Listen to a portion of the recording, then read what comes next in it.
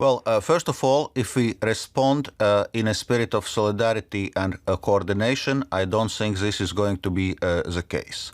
And in any case, currently our crisis response, if we talk the economy, is to preserve as much as possible productive capacity of the economy, to preserve companies, let companies stay in the market, to preserve jobs. That's what our yesterday's SURE program is also for.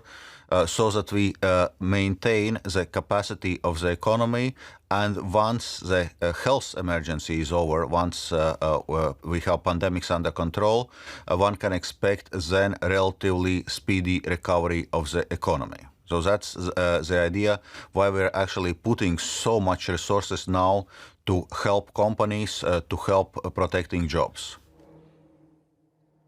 And just on another note, away from coronavirus, of course, while the world is looking at dealing with this crisis, there are some who are perhaps using it as an opportunity to grab more power for themselves as well. And I'm talking specifically, as I'm sure you're aware, about Hungary's Viktor Orban as well, and the concerns that the Commission and the Union has about the democracy in that country. Are you still concerned, as we've had in previous conversations, about what's going on in some of the Visegrad countries?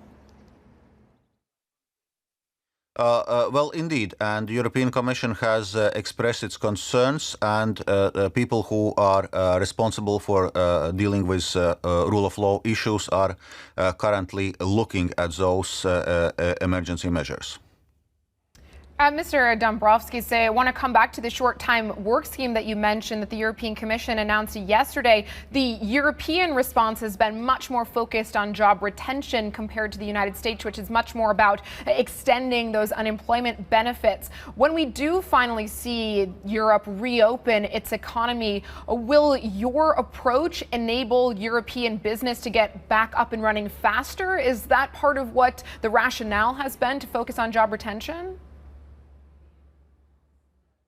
Well, exactly. That's what we are trying to achieve. So we are trying to achieve a situation when European companies are not laying off people massively, even though we see that to the extent it's in any case happening. But to the extent possible, we want to preserve people in jobs, to preserve their income, to support companies that they do not need to lay off their workers, so that productive capacity of European economy is maintained. And with this, indeed, we hope for a speedier recovery once we are dealt with pandemics.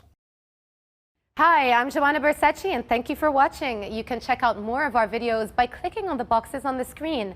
And don't forget to subscribe to our channel for more from CNBC International. Thank you for watching.